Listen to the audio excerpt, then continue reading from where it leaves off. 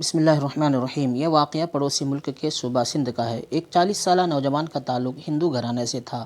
اس کو کینسر کا مرض لاحق ہوا۔ ڈاکٹروں نے لا علاج کہہ کر زندگی خوشی سے گزارنے کا مشورہ دیا اور کہا کہ اب آپ زیادہ سے زیادہ 1 ماہ کے مہمان ہو۔ وہ ہارے ہوئے جواری کی طرح اپنے کمرے میں داخل ہوا اور بیڈ پر لیٹ گیا کہ اب میں کچھ ہی لمحوں کا مہمان انسان ہوں۔ بیوی اس کے ساتھ پیار محبت کی باتیں کرنے لگی، لیکن میاں کی عدم دلچسپی بھانپ گئی۔ اصرار کرنے پر شوہر نے بتایا کہ اس کو بلڈ کینسر ہے جو آخری اسٹیج پر ہے۔ بیوی نے یہ سنا تو مسکرا کر بولی، آپ ایسے ہی پریشان ہو رہے ہیں، بلڈ کینسر بھی کوئی بیماری ہوتی ہے بھلا؟ میں آپ کو ایک ایسی چیز پلا سکتی ہوں جس کے پینے سے آپ مکمل طور پر صحت یاب ہو سکتے ہیں، لیکن میرے ساتھ ایک وعدہ کرنا ہوگا۔ آپ جب بھی صحت مند ہو جائیں گے تو جو میں کہوں گی وہ آپ کو کرنا پڑے گا، چاہے آپ کی رضا ہو یا نہ ہو۔ بولیے، آپ تیار ہیں؟ شوہر حیران ہوا کہ جس بیماری کا علاج دنیا کے کسی ڈاکٹر کے پاس نہیں، اس کا علاج میری بیوی کے پاس کہاں سے آ گیا؟ اس کے ہاتھ کون سا علاؤالدین کا چراغ لگ گیا ہے؟ شوہر نے نہ چاہتے ہوئے وعدہ کر لیا۔ بیوی نے کہا، ٹھیک ہے، آپ یہیں ٹھہریں، میں ابھی آئی۔ کچھ لمحے بعد اس کی بیوی آئی تو اس کے ساتھ ایک جگ تھا۔ اس نے کرسی پر بیٹھ کر شوہر کو کہا کہ آپ کو جب بھی پیاس لگے آپ نے یہی پانی پینا ہے، دوسرا کوئی بھی پانی نہیں پینا۔ وہ نوجوان جب بھی پیاس محسوس کرتا تو اسی جگ سے پانی پیتا اور بیوی روز اس جگ میں پانی ڈال کر بھرا ہوا رکھتی۔ بیوی کو نہ جانے کیا اعتماد تھا کہ اس کو شوہر کے آخری اسٹیج کے کینسر کی ذرا بھی فکر نہ تھی، بلکہ وہ کینسر کو کوئی مرض ہی نہیں سمجھ رہی تھی۔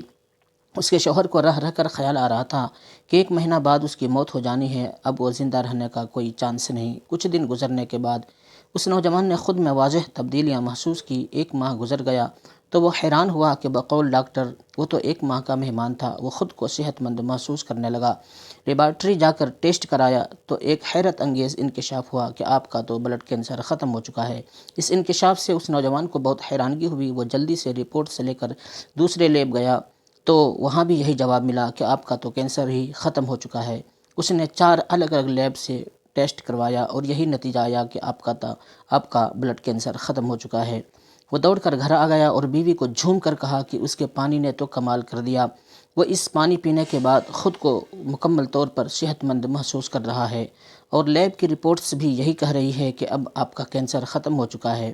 ایک روز بیوی نے میاں کو وعدہ یاد دلایا تو شوہر نے پوچھا کہ بالکل میں ہر وعدہ پورا کروں گا، آپ بولو تو صحیح، آپ مسلمان ہو جائیں۔ بیوی نے کہا تو شوہر کو بجلی کا ایک جھٹکا لگا۔ مسلمان؟ تمہارا دماغ ٹھیک تو ہے؟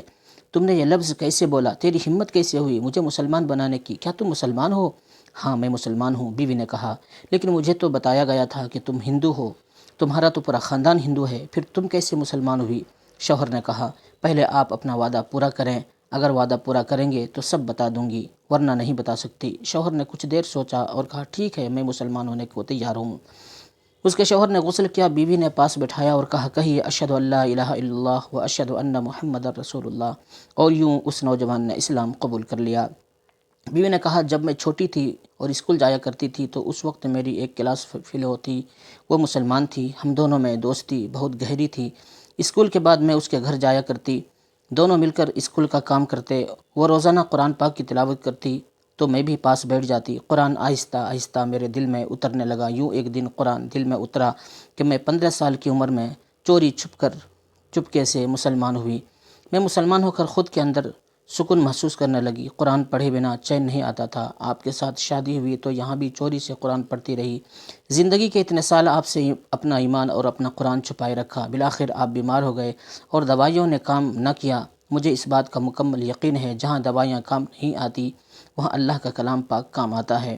وَشِفَاءٌ لِمَا فِی الصُّدُورِ، ترجمہ، اور یہ قرآن سینے کی بیماریوں کے لیے دوا ہے۔ یہی اللہ پاک نے فرمایا ہے، جب آپ زندگی سے نا امید ہوئے اور خود کو مرنے کے قریب پایا تو میں نے قرآن کی یہی آیت پڑھ پڑھ کر پانی پر دم کی اور یوں اللہ پاک نے آپ کو نئی زندگی دی۔ محترم سامعین، واقعی یہ قرآن کا معجزہ ہے اور اللہ سے دعا فرمائیں کہ اللہ تعالی ہمیں بھی قرآن کی سچی عقیدت نصیب فرمائے، روزانہ تلاوت کی توفیق عطا فرمائے۔ اللہ تعالی ہم سب کے کہنے سننے کو قبول فرمائے اور